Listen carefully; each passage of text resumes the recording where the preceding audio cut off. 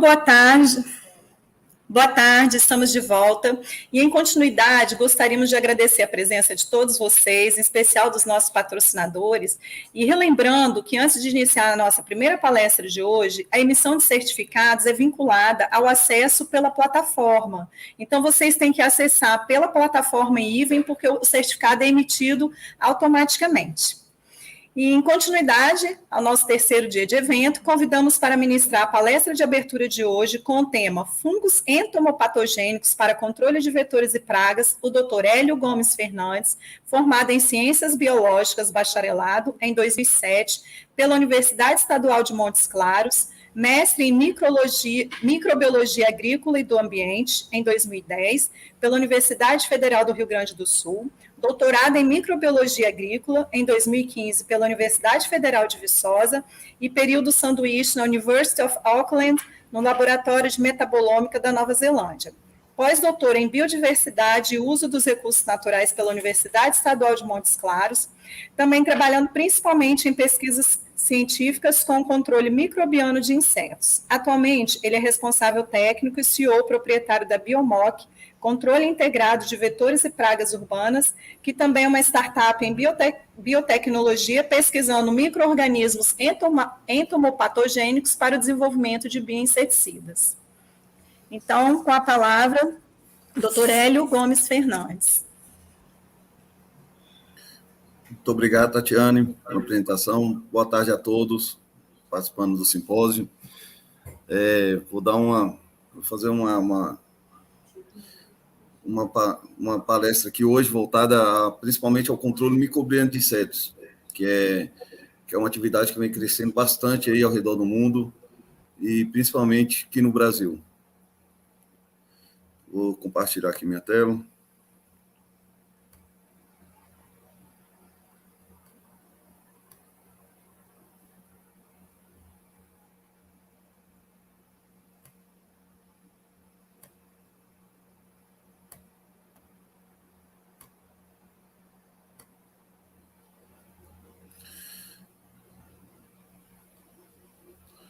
Prontinho, tudo certo aí, Tatiana?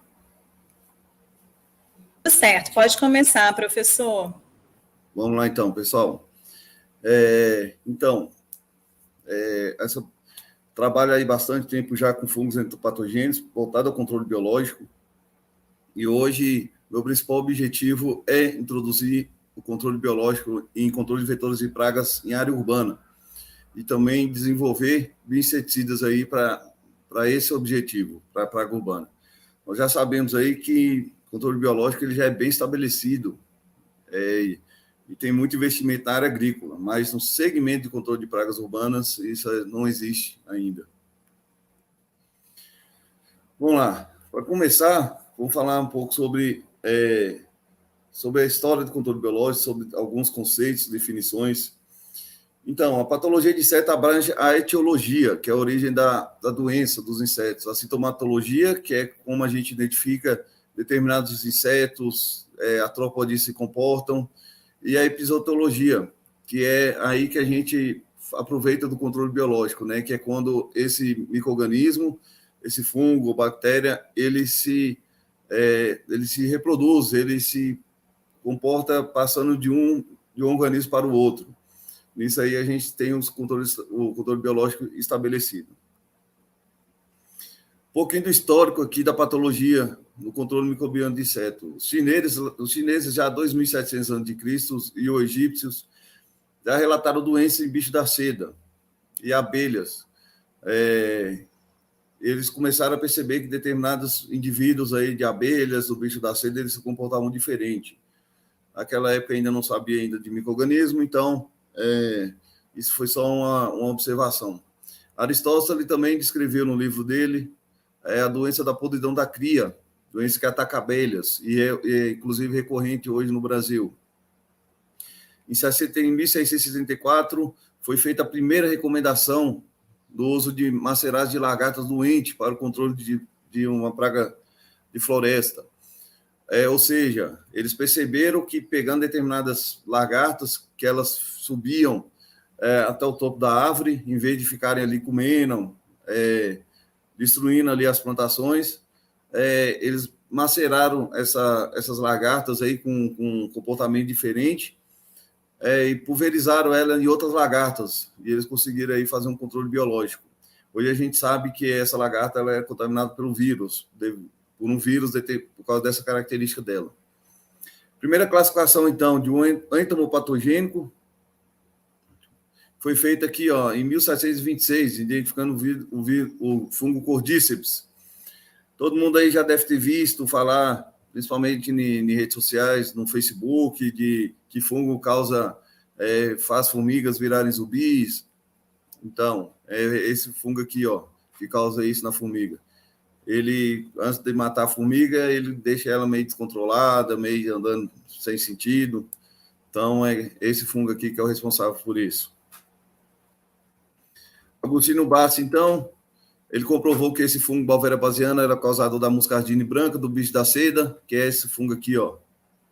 Ele deixa o inseto com aparência cotonosa. Em 78 surgiu o primeiro trabalho sobre controle de pragas, utilizando o fungo metarrísio no besouro, né, nessa planta aqui, ó, no trigo, em cevadas em geral. Metarrísio anisoplen é o fungo que eu gosto muito de trabalhar. Em 1911 foi outra data marcante porque foi descoberto o Bacillus thuringiense, outro micro-organismo aí que é bastante utilizado e importante para a gente fazer o controle biológico.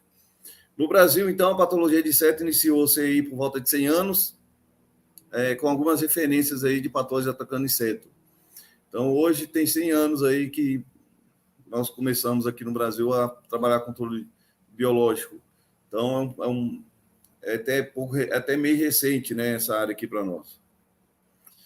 Então, o controle biológico é uma técnica utilizada para combater espécies nocivas, reduzindo prejuízos dessas. A gente fala que o controle biológico, a gente coloca essas pragas sem causar danos econômicos. Então, esse método consiste em introduzir aí um predador, um parasita, um patógeno, uma espécie nociva, e sempre pensando em direcionar somente aquela praga, aquela espécie. O controle microbiano, o controle biológico tem como objetivo reduzir a população dessas pragas a níveis não econômicos. O que é isso? A gente tem que deixar essa população dessa praga, ou patógeno, ou inseto aí, vetor, que ele, numa população tão baixa, que ele não dê prejuízo econômico. Por exemplo, para uma empresa, um aviário, é que ele não atrapalhe a geração de ovos, não estresse tantas galinhas, as moscas não defequem tanto nas lâmpadas, a ponto de diminuir a intensidade de luz. Então, bioinseticidas, então, são produtos manipulados aí com micro-organismo ou com produtos desses micro-organismos. O entomopatógeno são todos os micro-organismos capazes de causar doenças em insetos. Os tipos de controle biológico. Basicamente, temos 4 tipos, mas basicamente são 2. Controle natural, controle clássico. Controle natural é quando a gente aproveita os predadores naturais daquele ambiente.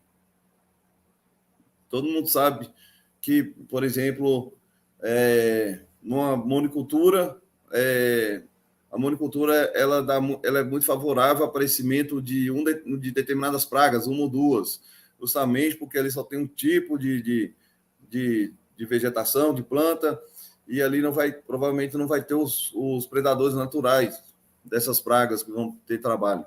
O controle natural visa, então, a gente diminuir essa monicultura, fazer barreiras entre essas vegetações, para tentar deixar o mais natural possível. E com isso a gente aproveita os predadores, os patógenos, os parasitoides desse ambiente para controlar. Controle biológico artificial e aplicado, basicamente, é a gente introduzir um micro-organismo para fazer esse controle. Ou seja, quando a gente pega um bioinseticida e aplica naquele local. O controle clássico é esse também, que quando a gente faz esse controle biológico, introdução de um parasita, de um predador, de um patógeno para controlar uma determinada praga.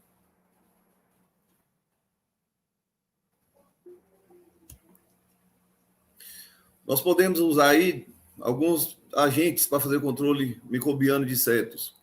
Entre esses fungos, que é o motivo aqui hoje da nossa palestra, tem as bactérias também, que é bastante usadas, os nematóides.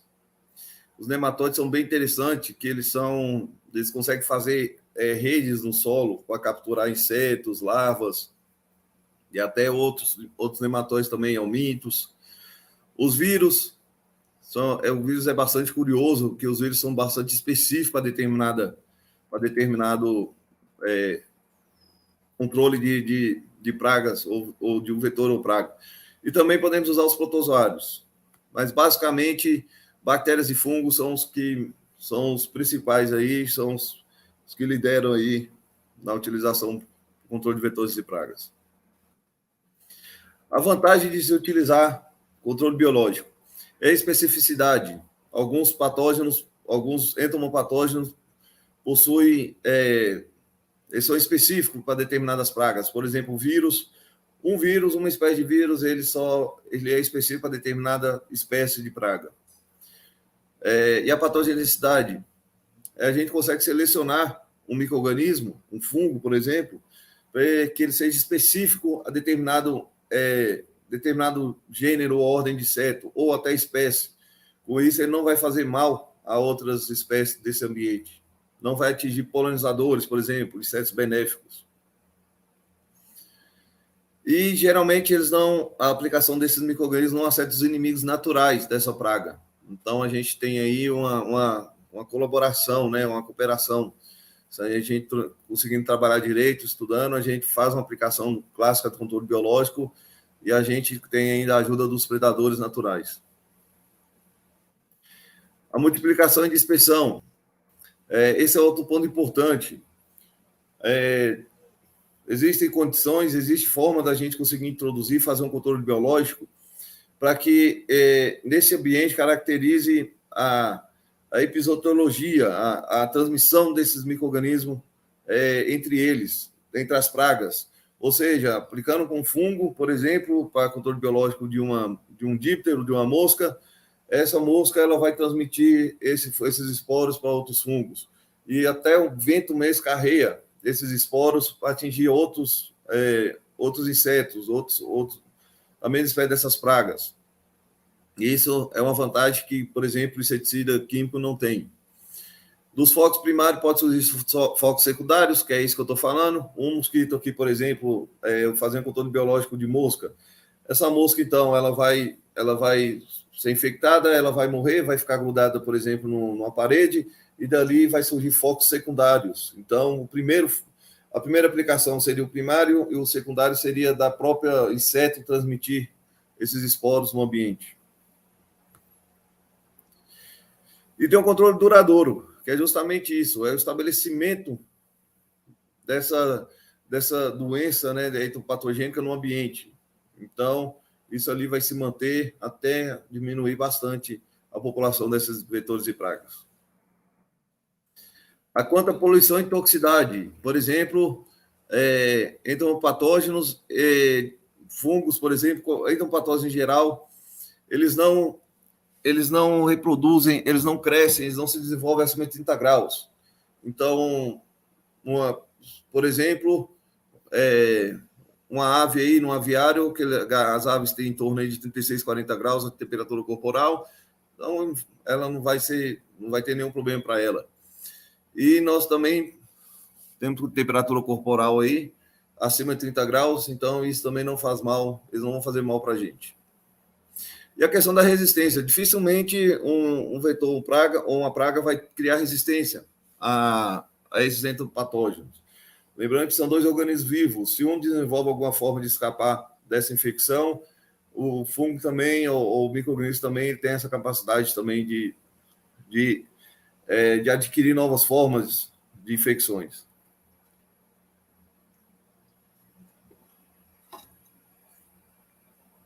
A desvantagem é que o controle biológico ele é um pouco mais lento. Então, geralmente, quando a gente pega um produtor, um agricultor, ou um local assim, que está sendo atacado por pragas, ele quer um resultado mais rápido.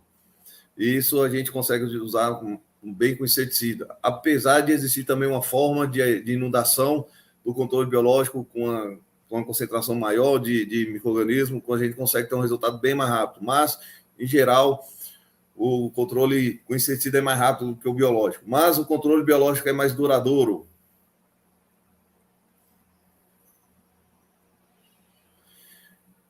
Desvantagem aqui, que para mim é uma vantagem, é a forma de estudar. A gente tem que planejar esse controle biológico, tem que estudar o ambiente, tem que planejar o início de como ele é feito. Eu vou abordar aqui daqui a pouco uma pesquisa minha sobre isso. E necessita de condições favoráveis.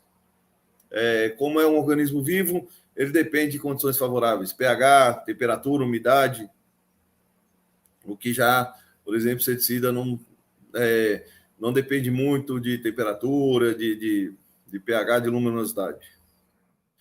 O armazenamento, como é um organismo vivo, ele tem um tempo de prateleira menor que inseticida, e o comercial, a parte comercial,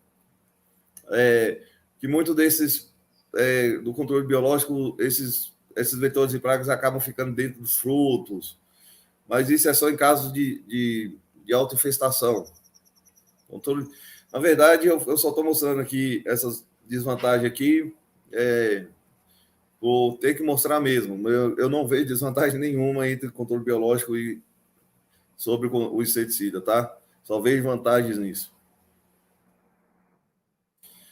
Produção de patógenos, então, principalmente na base, para desenvolvimento de bioticidas à base de fungo, ele é feito tradicionalmente realizada à base de arroz cozido como substrato. A gente cozinhamos o arroz ali, esse fungo ele cresce, ele mofa o arroz, e a partir dali a gente seca, faz todo o processo para virar um bioinseticida. Aqui algumas espécies de microinseticida. Essa aqui é uma aplicação que eu fiz no aviário, com um bioinseticida que eu desenvolvi.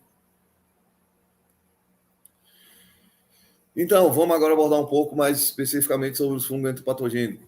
Aproximadamente 80% das doenças de insetos, elas têm como agente patológico os fungos. Então, os fungos aí, eles praticamente são a maioria que causam doenças em vetores e pragas.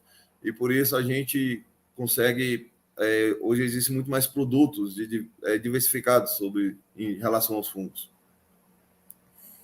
A infecção do fungo ocorre através do esporo com a epiderme, diferente de bactérias e vírus, que o vetor ou praga ela precisa ingerir, então faz a ação de dentro para fora. Com fungo não, o fungo ele tem que cair na epiderme, na cutícula do inseto e assim invadir. Muitos fungos entopatogênicos sincronizam o seu ciclo de vida com os hospedeiros, ou seja, o tempo desse fungo causar infecção e depois ele poder esporular nesse inseto ou praga, isso depende muito do tempo dessa vetor ou praga. Então, se acaba sendo específico entre a espécie que é capaz de controlar ou não. E os fungos entopatogênicos produzem, a ação deles de matar um vetor ou praga depende dos compostos biologicamente ativos, das suas micotoxinas. Então, cada um tem um aí diferente. Primeiro agente controle microbiano, então, primeiro registro 1726, primeiro artigo 1865, com o bicho da seda, aquele lá, como eu disse lá no histórico, no começo.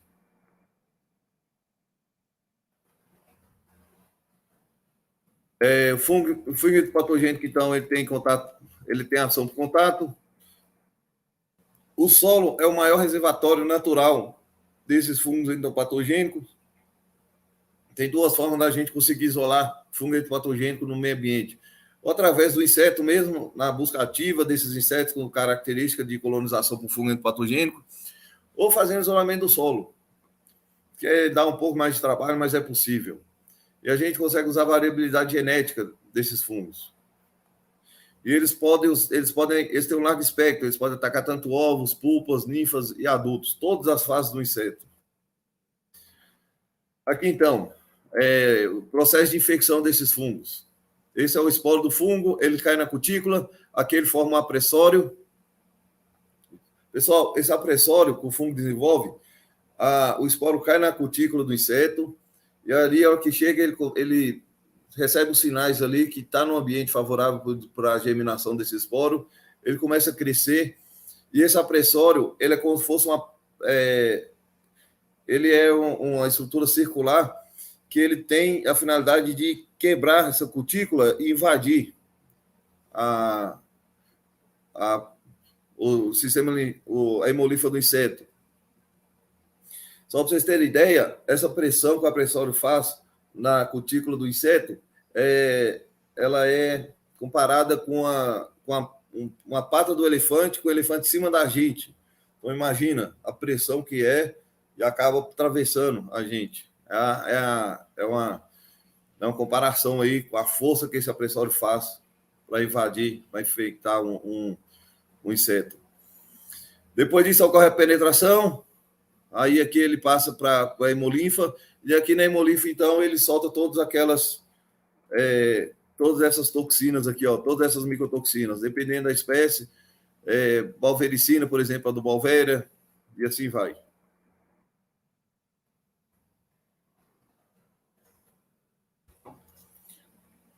Após a formação e morte desse inseto, aqui, ó, houve infecção, entrou, chegou na hemolinfa. Aqui ele vai produzir as micotoxinas. E aqui, então, ele vai matar esse vetor ou praga.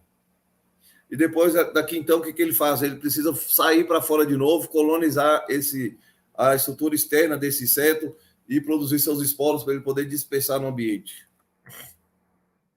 Então, é isso aqui que vai acontecer. Ó. Ocorre a mumificação do inseto devido a substâncias antibióticas, reprodução do fungo após colonização, que é isso aqui, ó, que é isso aqui que ele faz. Então, o fungo ele sai para fora e ele ali começa a esporular, e esses esporos são carreados pelo vento ou pelo próprio inseto que toca ali. Alguns sintomas, então, de sintoma de infecção por doença causada por fungo são falta de apetite, desorientação, paralisia. O metarrísio, então, é um dos gêneros mais utilizados aí para fazer o controle biológico. É o gênero, é a espécie aí que eu gosto de trabalhar muito, é a minha preferida. Esse aqui é no meio de cultura. Então, aqui é o micélio, a fase de crescimento dele, e aqui já é esporulano, ele tem essa característica verde. E esse aqui já é o metarrísio no inseto mesmo, após a morte e colonização. Esse gênero tem ampla distribuição na natureza, ou seja, ele é encontrado no mundo inteiro, e a patologia dele é chamada de muscardine verde. Outro gênero aí que é bastante utilizado também, o Balvéria e o metarrísio, eles dominam aí o controle biológico. Eles são conhecidos, existem várias espécies. Espera aí, gente, deixa eu só fechar a porta aqui.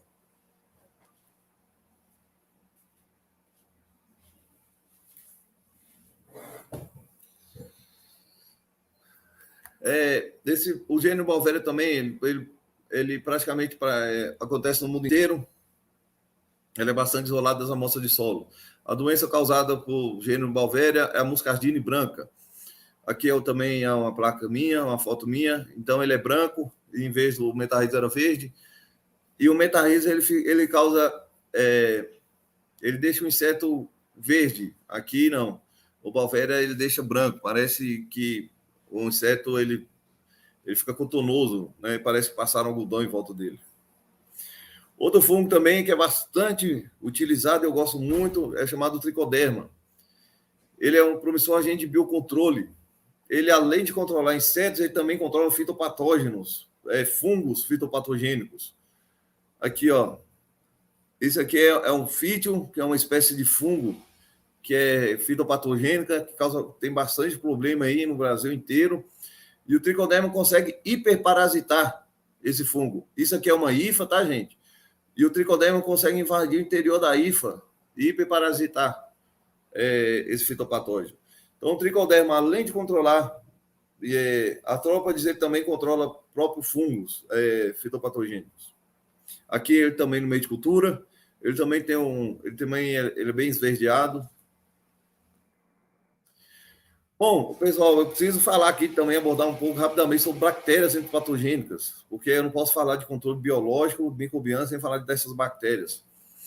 Diferente do fungo, então, que ela precisa cair na cutícula e penetrar, infectar, as bactérias precisam ser ingeridas. E as bactérias existem em duas categorias, esporulante e não esporulante. As esporulantes são as únicas aí que são indicadas para fazer o controle biológico, porque os esporos resistem ao ambiente. Já as bactérias não esporulantes, elas não têm essa capacidade de resistir a ambientes não favoráveis ao crescimento dela, ao desenvolvimento dela. A mais conhecida aí, o gênero que tem bastante, o gênero que é bastante utilizado para controle biológico é o gênero Bacillus. E nós vamos ver um pouquinho só rapidinho sobre elas. Então, basicamente, Bacillus thuringiensis, Bacillus esféricos são as mais utilizadas no controle biológico.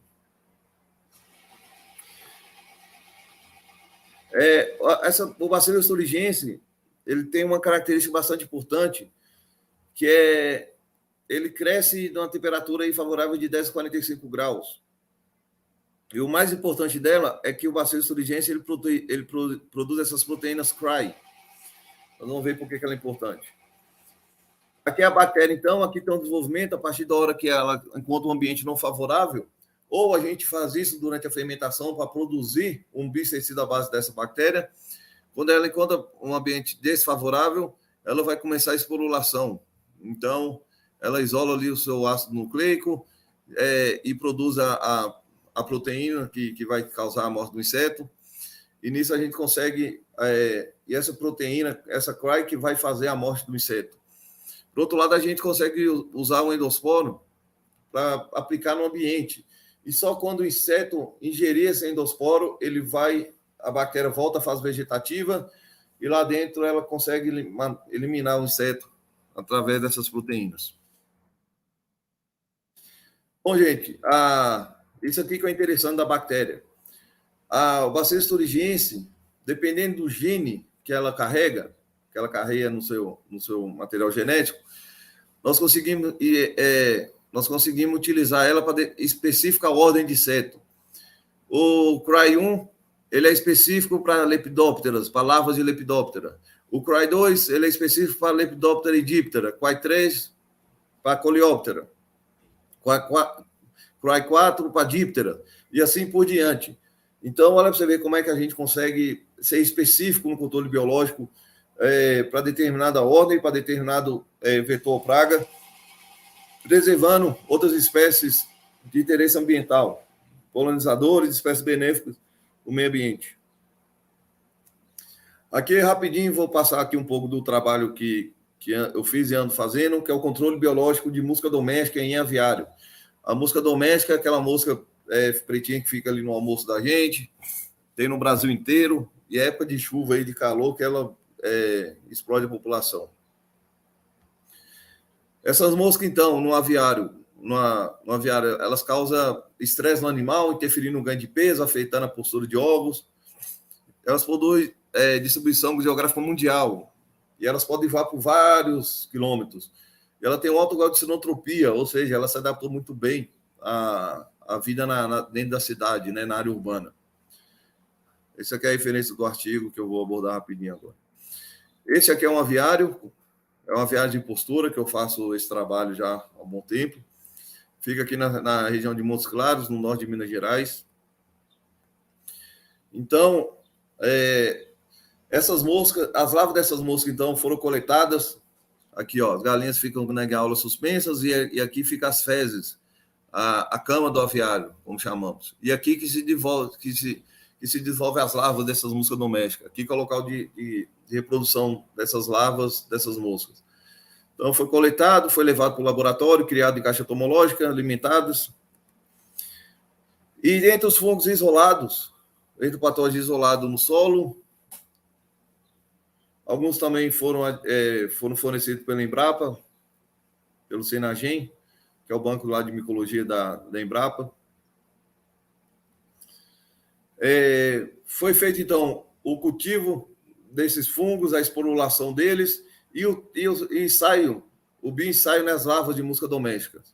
Então, aqui, ó, cada potinho desse tinha uma determinada quantidade de larvas, cada potinho desse era uma concentração diferente de esporos, e assim foi feita a análise de mortalidade.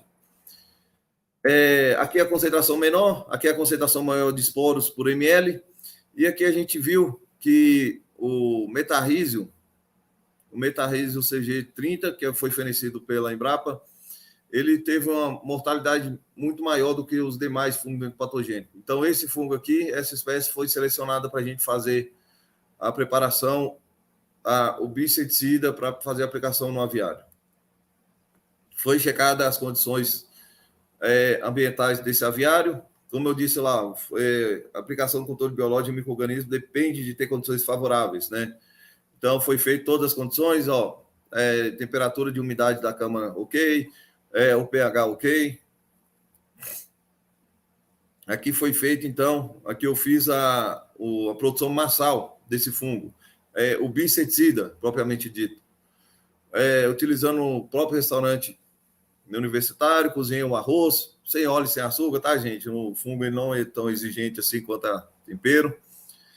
E coloquei esses arroz dentro de sacos, autoclavei, esterilizei, inoculei o fungo, os esporos do fungo, foi feito o crescimento, e aqui o arroz já com esse fungo colonizado, ele já seco, pronto para a gente poder triturar e aplicar no ambiente. Eu queria ver se o meu fungo que eu produzi, ele teria a mesma eficácia, a mesma eficiência do que um produto comercial, do que um biceticida à base da mesma espécie comercial. Então, a gente fez Então, nós dividimos o aviário ali, e uma parte foi aplicada ao inseticida comercial e outra parte foi aplicada ao fungo que eu desenvolvi no laboratório e cultivei ele, fiz a produção em massa dele. Isso aqui é o resultado. O controle foi a aplicação do fungo comercial. Então, ele teve uma taxa de mortalidade até boa. Só que o fungo que eu produzi no arroz, ele teve mais mortalidade ainda. Gente, isso aqui é a população, tá, de moscas. E isso aqui é as semanas, né? Então, durante todo o tempo, o meu biinseticida, ele foi muito mais eficiente do que o comercial. Essa linha amarelo eu fui analisando a precipitação do ambiente. Então, esse pico que deu aqui, ó, foi durante uma semana que choveu bastante. Aí nós perdemos o controle da população de mosca. Mas depois parou de chover e voltou o controle, e voltou ao normal de novo. Tá vendo como é que é importante o controle biológico? Olha lá. Então, com esse resultado, eu consegui mostrar que o fungo que eu desenvolvi em arroz ele é muito mais eficiente que um biinseticida comercial. Aqui alguns artigos que eu já publiquei em relação ao controle biológico de moscas. Bom, atualmente estou testando também esse aviário hoje atualmente ele praticamente não usa mais inseticidas, o controle de mosca é feito à base de controle biológico, e além do controle biológico à base de fungo, também foi feito, eu desenvolvi o controle biológico à base da bactéria, de Bacillus thuringiensis. Então, como eu disse lá, tem como a gente selecionar uma bactéria com um gene que vai produzir uma proteína específica para dípteros, foi esse caso. E isso aqui que aconteceu. Retornando lá às pesquisas nesse aviário, a população de mosca estava muito alta, estava descontrolada, inseticidas já não mais funcionando lá. Então, quando eu entrei, a primeira coisa que eu devo fazer é baixar a população ao nível seguro para eu conseguir introduzir o controle biológico. Então, isso é mais rápido com inseticida. Então, olha para você ver como é que estava a população. Isso aqui é o esterco, tá, gente? Isso aqui é a quantidade de larva. Então, era coletada aquela quantidade de esterco, e dessa quantidade de esterco era contada as quantidades de larvas. Por isso tem que fazer essa correlação. Então, com algumas semanas, já consegui reduzir bastante a população de mosca. E aqui, então, foi um ponto excelente para eu introduzir o controle biológico. eu primeiro, então, eu tinha que ver a eficácia dessa bactéria em laboratório. Lá na minha empresa, na Biomoc, tem um laboratório de biotecnologia, e a gente foi ver. Eu precisava ver qual é a concentração dessa bactéria era eficiente para eu fazer a aplicação no aviário. Então, eu testei 3 concentrações e eu vi que elas não divergem muito entre si. Então, eu pude fazer a aplicação no aviário já com a concentração menor. Isso quer dizer, isso dá um menor custo também. Ficou fora aqui, gente, mudou de cor. Mas é o seguinte, aqui já no aviário, tá? Nesse aviário, então, eu fui e apliquei essa bactéria naquela cama de aviário nas fezes. A primeira semana, segunda semana, terceira semana, quarta semana. Então, ó, esse aqui é o controle. A coluna do meio é o inseticida e a terceira coluna é o BTI, a bactéria. Aqui é a primeira semana. Aqui não foi feito nenhum tratamento. Aqui só foi feita a coleta para fazer a contagem. Na terceira semana, gente, aqui, ó, quase que eu zerei população de larva usando essa bactéria na cama do aviário. Essa aqui foi outra pesquisa também que eu fiz lá nesse aviário. Eu precisava saber daquele bioinseticida que eu desenvolvi à base de fungo no arroz, se realmente esse fungo ele causava infecção através da cutícula ou se a larva deveria ingerir ele. Então, isso aqui é uma pesquisa feita por microscopia eletrônica de varredura. Aqui é o esporo na cutícula da larva e aqui ele começando a desenvolver. Aqui ele crescendo e aqui ele formando aquela pressória, aquela estrutura que eu falei da pata de elefante. Então, olha aqui de novo, ó. Aqui que ele invade a cutícula da mosca. E aqui, depois de algum tempo, é o fungo, a larva já morta e o fungo retornando para fora para poder esporular e fazer isso aqui, ó. Então, com essa pesquisa, então, eu comprovei que a forma de eu fazer a aplicação do fungo é por aspersão. É que o esporo tem que cair em cima da larva. Aproveitei também e fiz como é que o sistema imunológico dessas larvas reage à infecção. Então, aqui umas fotos.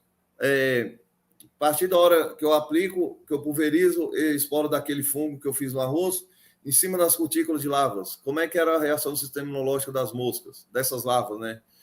Então, aqui é o controle, aqui é a quantidade de células do sistema imunológico da larva normal. Em 24 horas elas já aumentam, 48 horas elas chegam ao topo da multiplicação, na reação da infecção, combatendo a infecção, e a partir de 48 horas, então, já acontece a morte, o início da morte. O sistema imunológico já não começa a reagir mais, em 96 horas aqui a larva já está morta. Isso aqui é a identificação de algumas células do sistema imunológico, granulócitos, proinocioides, plasmócitos. Então, cada uma dessas aqui elas vão reagir. Isso aqui é interessante. Por combate da infecção de qualquer entomopatógeno na hemolinfa de insetos, essas células elas conseguem se unir e formar os macroagregados, que elas sim vão conseguir atacar de forma mais eficiente. Aqui algumas fotos desses macroagregados. Isso aqui é bem interessante. Bom, pessoal, que o tempo é curto, não dá para falar muita coisa, mas controle biológico aí é o futuro aqui. Nós vamos agora começar a trabalhar muito forte para introduzir o controle biológico o controle de vetores e pragas na área urbana. E é uma boa área aí para investir, para estudar, beleza? Minha empresa hoje, ela faz a Biomoc, é uma empresa de controle de vetores e pragas urbanas. Então, a gente faz manejo de animais sinotrópicos, desenvolvimento de iscas com pinicidas subterrâneas, são as pesquisas. Desenvolvimento de bioinseticida à base de fungos patogênicos, desenvolvimento de bioinseticida para controle biológico de escorpiões, fornecemos bolsas de iniciação científica para estudantes, consultorias, laudos técnicos e periciais. Agradeço aí pelo convite e estou à disposição aí para fazer as perguntas.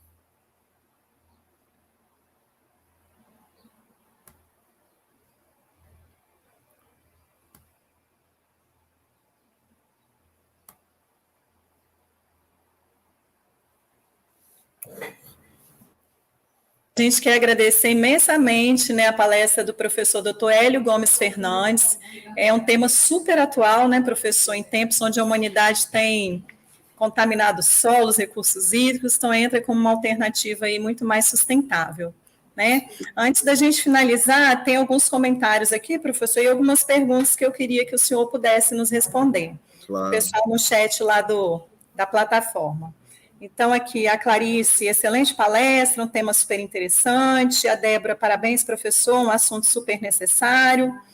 A primeira pergunta é: o cultivo dessas espécies entomopatogênicas pode ser realizado em meio de cultura comum, saborô, BDA, saborô, né, por exemplo, ou exige alguma condição especial? Não. Esses fungos entomopatogênicos, eles são bem fáceis de criar. Quando eles não estão se comportando como entomopatogênico, eles são fungos decompositores no ambiente. Então, qualquer meio de cultura aí, para eles crescem, que é uma maravilha. É importante tomar cuidado com esses meios de culturas completos, tá? Como BDA, como saborô, porque como eles fornecem todos os nutrientes que esses fungos precisam, manter eles, repicar eles ou manter eles muito tempo nesse meio de cultura pode acabar fazendo eles pararem de produzir enzimas de infecção. Então, é sempre bom aí estar tomando cuidado quanto a isso. Mas eles crescem sim, tá, pessoal? Ok. Muito fácil. Outra pergunta do Matheus além dessa inoculação de fungos, vocês possuem produtos com substâncias secundárias desses fungos? Já fizeram nanoencapsulamento deles? Sim, existem sim. Existem principalmente produtos à base de bacilos, existe como fazer produtos à base só da proteína, da endotoxina, dos fungos também, mas o que é mais interessante é inocular esses fungos nessas formas mais resistentes, né, que são os endosporos bacterianos ou em forma do esporo do fungo. Mas é possível sim, mas o que é legal do controle biológico é que esses micro-organismos eles se reproduzem no ambiente, eles causam as infecções secundárias. Mas é possível sim. Sobre a microencapsulamento aí, hoje essa tecnologia existe para inseticidas, tá? Mas é uma boa ideia isso aí, tá? Legal, aí, mais uma linha de pesquisa, né? Obrigado. Estão perguntando também, professor, se hoje em dia sua empresa tem relação com a universidade, em questão de pesquisa. Acho que o pessoal está querendo fazer um estágio aí. Sim, nós temos sim, como eu disse lá, nós forneço bolsas, né, de iniciação científica, a gente coorienta aí no mestrado, temos sim parcerias. A própria minha empresa, além de ser uma prestadora de serviço, ela também é um centro de pesquisa. Então, hoje em dia, para todo mundo aí que é biólogo, gente, foca aí, tem uma área aí empresarial muito grande, empreendedorismo, tá? Mas ela sim, inclusive esse trabalho que eu faço nessa viagem de controle biológico, o órgão ambiental ele reconheceu minha empresa como centro de pesquisa, que esse aviário ele era obrigado a todo ano vincular, fazer contrato com a universidade ou com o centro de pesquisa público para desenvolver o controle biológico. Então, minha empresa ela acabou sendo reconhecida aí como um centro de pesquisa e é interessante sim a gente fazer essa parceria com universidades. Eu, até 2 anos atrás, eu era pesquisador da universidade, agora eu estou do outro lado. Então, é importante ter esse vínculo. Professor, então, mais uma vez, nossos agradecimentos, nossos parabéns, né, por compartilhar um pouco do seu conhecimento tão atual e tão necessário. Fica a dica aí do business, né, para a turma aí, novas linhas de pesquisas, novos negócios, né, e o contato do professor para quem tiver interesse. Beleza, pessoal, pode entrar em contato aí, quem puder. Quero agradecer novamente aí ao convite para participar, estou sempre à disposição e parabéns pelo evento, pessoal. Muito obrigada.